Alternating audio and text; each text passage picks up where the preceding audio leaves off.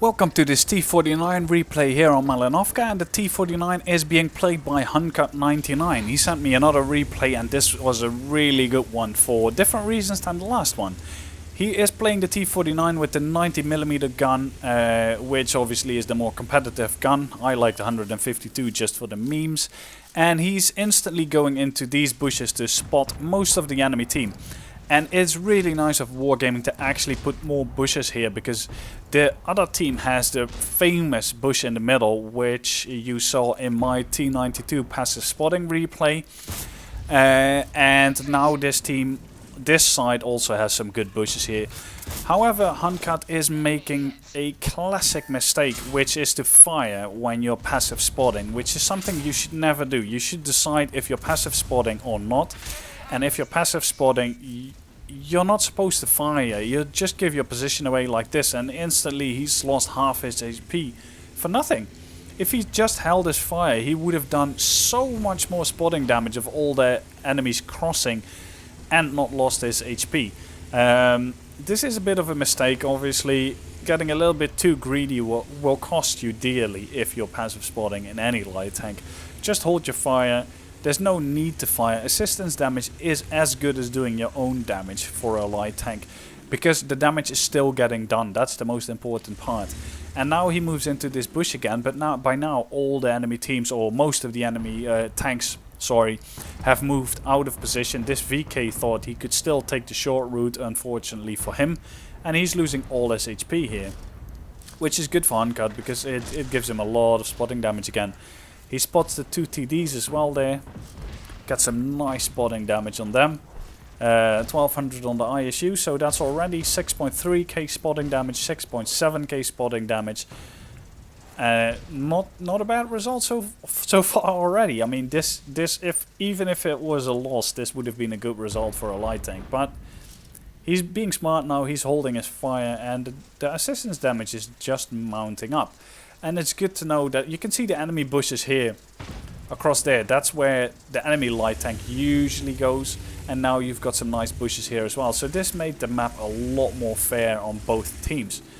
Again, an enemy heavy tank moving across the field. Let's see if he fires on him or just spots. No, he just spots, which is the right thing to do. 8.4k assistance damage. He's still in the bush. And slowly, when the enemy light tanks get spotted, he can start to think of moving up. He's a little bit hesitant here because he's basically lost half his HP. He's thinking about going to the left and then he goes to the right again. Thing is, you don't know where the enemy Batshad is, and if he spots Huncut, he'll lose the rest of his HP probably. This bush is also really nice. You can poke up here. He spots the T30, doesn't get spotted in return. If he fires, he will get spotted. So, and there's the enemy Batshad. So the enemy Batshad is no longer in the middle, which is good. Enemy Ferdinand spotted.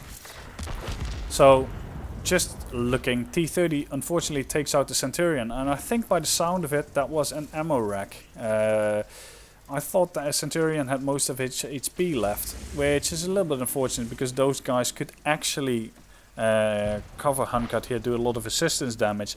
His Lorraine and M41 are pushing relatively aggressively as well. They're in a good position, as long as they manage to stay safe and not try to get tanks which are below their gun depression.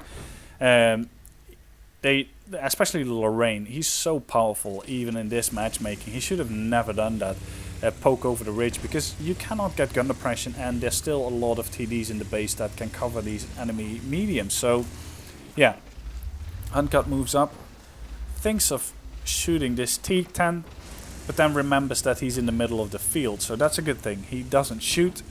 Enemy TD gets spotted there, but friendly T28 prototype gets taken out. Wasn't Huncut spotting damage.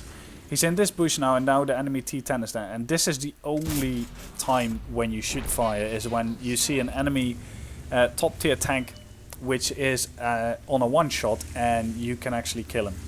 So Huncut moving up on these bushes, and personally, I would have gone up in these bushes just to spot, because you get an elevated position and you have an easier time spotting. We've got the classic bot here in base behind the stone, camping the whole match long, doing nothing, and then trying to influence the battle at the end of it. Huncut unfortunately loses another shot of HP, so he's now a one shot for the T30, a one shot for the Centurion, and not a one shot for the T44. But the enemy team still has arty and one light tank, so that's a bit of a dangerous combo. He drives here in a position that the T30 had a shot on earlier, but he gets away with it, managed to make it across. T44 luckily doesn't poke and shoot him in the ass, which is also good. Which means that Huncut will retain his HP, which is important in this this part of the match. You can still do a lot of spotting damage. He's up to 11,000 spotting damage, which is massive. Only 735 damage himself, but that's completely irrelevant with this spotting damage. And now he decides, you know what, I'll go bait that T44 because he's still behind the rock, obviously. So he moves up to the rock. T44 sees the light tank behind the rock, and now he just tries to get another cheap shot in, but that won't work. Well, Huncut will give him a shot, but that's only to do a shot himself. So puts a shot in. T44 obviously was buffed, dispersion values on the move, so he's just as accurate as a light tank nowadays, which is classic wargaming balancing. But yeah, managed to do some damage. And then we've got the Centurion here with what looks like the ass towards Huncut. So yeah, Huncut moves up. The Centurion has got two tanks in front of him, so he probably wouldn't turn around because yeah, you've got two tanks in front of you. But of course he turns around towards the light tank instead of facing enemy heavies that are in front of him. Turning around won't do you any good because you're still going to die. But anyway, there we go. Huncut 11.9k, so 12k spotting damage, which is massive. Really, really solid match. Let's take a look at the results. So here we have the results. Obviously an ace tanker, a scout and a patrol duty, which isn't surprising with that assistance damage. Managed to get 1673 basic speed, which is really solid. Only 1676 damage himself, but that was not what this match was about. Classic passive spotting, 11.9k. A little bit of a mistake of firing on that T49. He shouldn't have done that, and he'd probably got more assistance damage in the end as well, because he would have gotten all the assistance damage of everything trying to move out of base, so he might have actually broke the 12k if he hadn't fired there.